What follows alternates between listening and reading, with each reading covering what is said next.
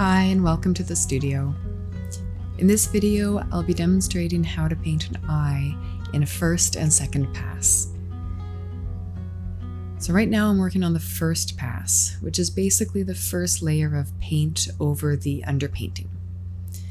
That kind of orange rusty layer is the underpainting, painted in transparent earth red by Gamblin. Now I've done the first pass on a lot of the face, and I'm just starting to work into the eye. The completed painting is here, and that portrait is part of this larger painting titled Voyage, 84 by 87 inches.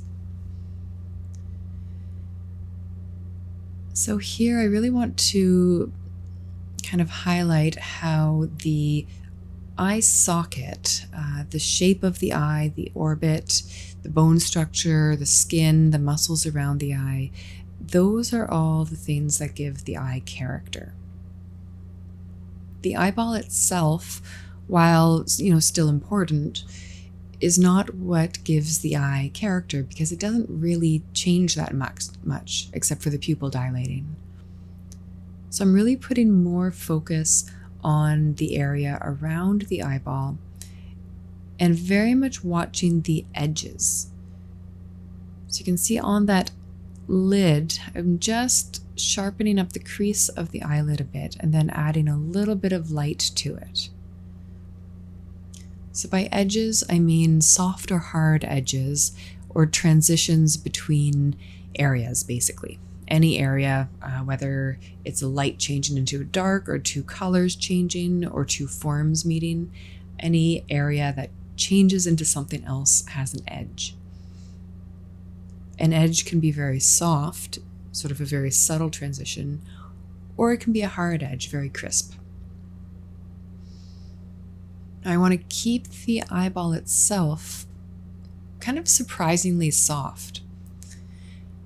I know there's a tendency to, put as much detail as possible and kind of sharpen up where the iris meets the white of the eye. But often that brings sort of an unnatural amount of detail that you don't really see in somebody's eyes unless you're focusing on them specifically. Now in this painting, because this particular figure is one of many, I actually wanted to keep it less detailed rather than more detailed. So that's why I'm working on form and edges rather than detail.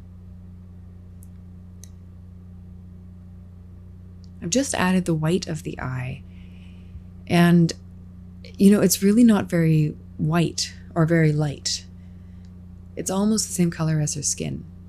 I'm adding just a little bit more light to it, and I'll work on it more in the second pass. But really, the white of the eye is not terribly white, and it doesn't need to be very light. So we've moved into the second pass here. And I've done the second pass on part of the face. You might notice that it's a little more detailed, but I'm just starting to work on the eye a bit more. So again, focusing on the structure around it, on the folds of skin, and really paying attention to edges. Because there are some creases around the eyes, I want to get that sharpness in the crease, but balance it with the softness of the skin turning. Underneath the eye is a great example of that. We want to keep it kind of soft with a smooth transition, but have that little bit of a crisp edge on that outer corner where there's more of a fold.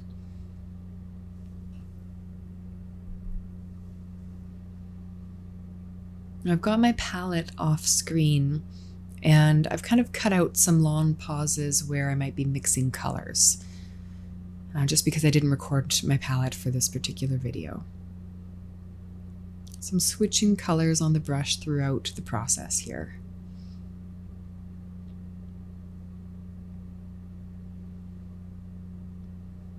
One thing that I always find interesting is how little detail you actually need in order for somebody to be recognizable or to get a sense of that person.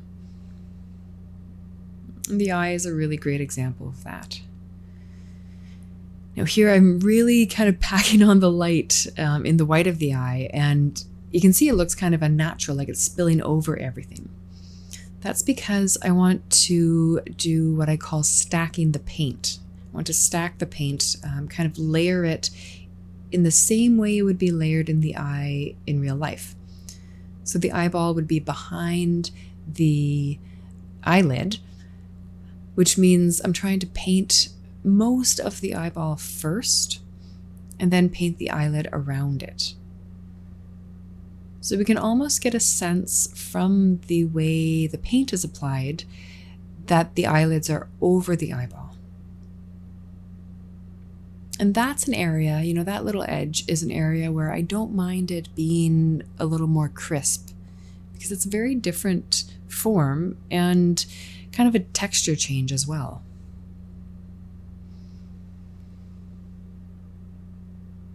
A similar idea, I'm just kind of deepening the crease and making it a little sharper, a little harder edged there.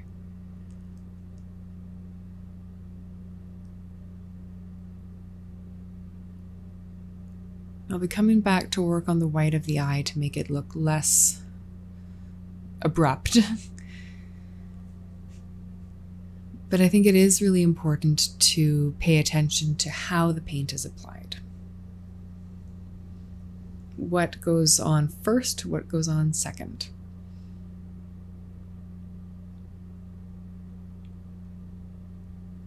So similar to the lower lid, I'm now pulling the upper lid over the white of the eye. You can see I've kind of messed that part up a little bit, but keeping it soft at the lash line. Now again, this depends on the amount of detail that you're working with, but I know there's a temptation to paint the individual eyelashes, and sometimes that might be appropriate, but it's not usually necessary. Usually that actually gives more detail and almost like too much detail and too much definition. It really makes the eyes a focal part of the portrait. And while they are certainly a focal part, that's often where our eyes go first, is towards somebody else's, I don't want them to take away from the overall impression. You can see I'm just softening the edge of the iris against the white of the eye there, just making it less abrupt.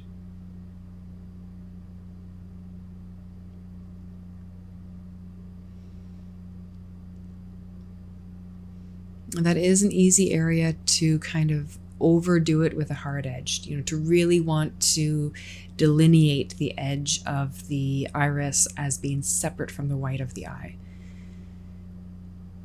But it's not really necessary, actually. It's one of those things you can kind of get away with not doing in a painting. And often as we age too, that edge can get a little bit softer.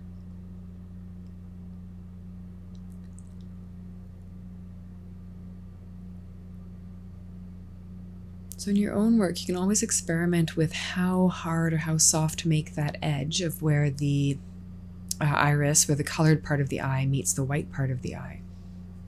And kind of see what seems appropriate.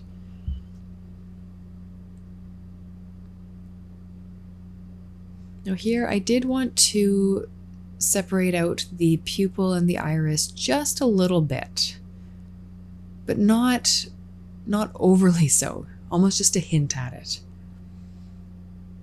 I think implied detail can be so much more interesting than detail that's really spelled out.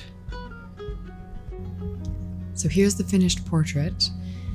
You can see how the detail is, again, just implied. It's not overly precise or detailed. We get a sense of kind of emotion and atmosphere with it, and I find that more interesting. Let me know in the comments if you have any questions. Thanks so much for watching, and happy painting. Visit NicoleSleethAtelier.com for art courses, demos, and more.